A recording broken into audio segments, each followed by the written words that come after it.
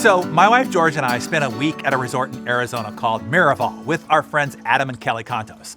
There, we took a very interesting wine tasting class from a very entertaining sommelier named Noel, who was also their resident beekeeper. So, as Noel moved to the next glass of our tasting, he mentioned how this one was made by the cosmos, a process called biodynamic farming, which is a spiritual, ethical, ecological approach to agriculture, he said, also known as extreme organics. The method of biodynamics was developed by an Australian philosopher, Dr. Rudolf Steiner, in the early 20th century. Steiner believed that to attain an organic crop, one must pay attention to the cosmos and have the earth and the vineyard be a self-contained ecosystem. A biodynamic vineyard would also include livestock, such as cows for manure, horses to pull a plow through the vineyard, also for manure, goats and pigs for weed control, and also manure, and chickens for bug control, and I guess breakfast burritos. This living community of plants, soil, and animals is meant to nurture the land, restore its health, and celebrate the interconnectedness amongst humans, Earth, and the cosmos. So the wackiest procedure, which to its critics actually defies actual biodynamics, as well as actual logic, is to stuff old cow horns with manure and 6 different and very specific kinds of plants. This is known as biodynamic preparation number 500. The cow crap-filled horns are then buried throughout the vineyard on the autumn equinox. Then they're dug up 6 months later, when the sun again crosses the equator.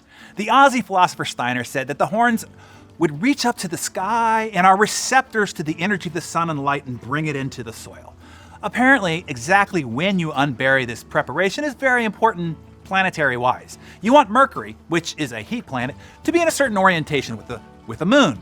And after they dig up the horns, they remove their magic poo and place it in lukewarm water, where then it has to be vigorously stirred toward the region of your heart, of course, clockwise, and then counterclockwise for an hour. You will then have what's called a homeopathic tea. And that tea then is sprayed on the vines on a schedule tied to the phases of the moon and position of the planets. Per the instructions, quote, you spray the tea in the springtime and in the fall. You use the spray 2 to 3 times in the same amount in the springtime when the soil is about to wake up or go to sleep, end quote. Equal parts agriculture, philosophy, and mysticism, biodynamics barely stops short of requiring the winemaker to dance naked among the vines at midnight under a full moon.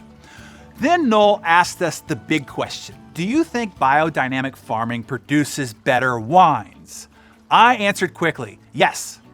He then asked, why do you think that is? Do you believe it is cosmically inspired? No, I answered.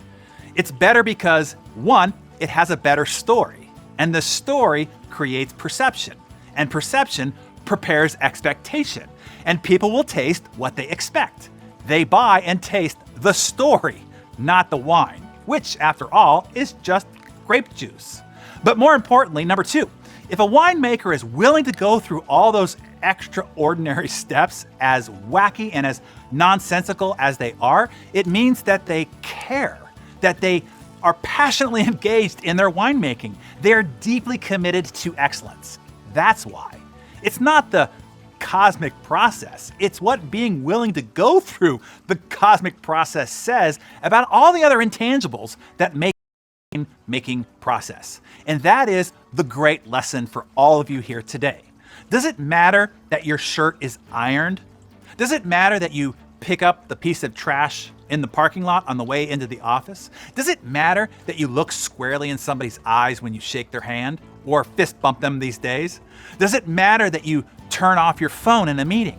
Does it matter that you align the bills in your wallet? Does it matter that you clean the inside of your car? Does it matter that you say please and thank you?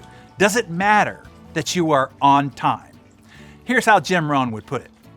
How you do one thing tells me how you do everything. How you treat the hostess and the waiter tells me how you treat your team. How you treat the money in your wallet tells me how you will treat my P&L. How you keep the inside of your car tells me about the attention to detail that you will put into our projects. How you talk about your family tells me how you will talk about and treat my clients. Whether you know it or not, are conscious of it or not, you are assessing every behavior as a calculus to whether you can trust somebody, trust their word, and trust their work. Everything is informing you about everything else. So be committed to excellence always. Everything matters. Ask yourself, where in your life might one behavior be falsely indicating how you operate in another? Where do you need to shore up a behavior to be sure that only excellence is what's being communicated? Jot down your thoughts in your Darren Daily Journal and reveal that to us in the comments below. Don't be shy. We all need to constantly monitor our behavior signals. So share where you need to shore yours up in the comments below.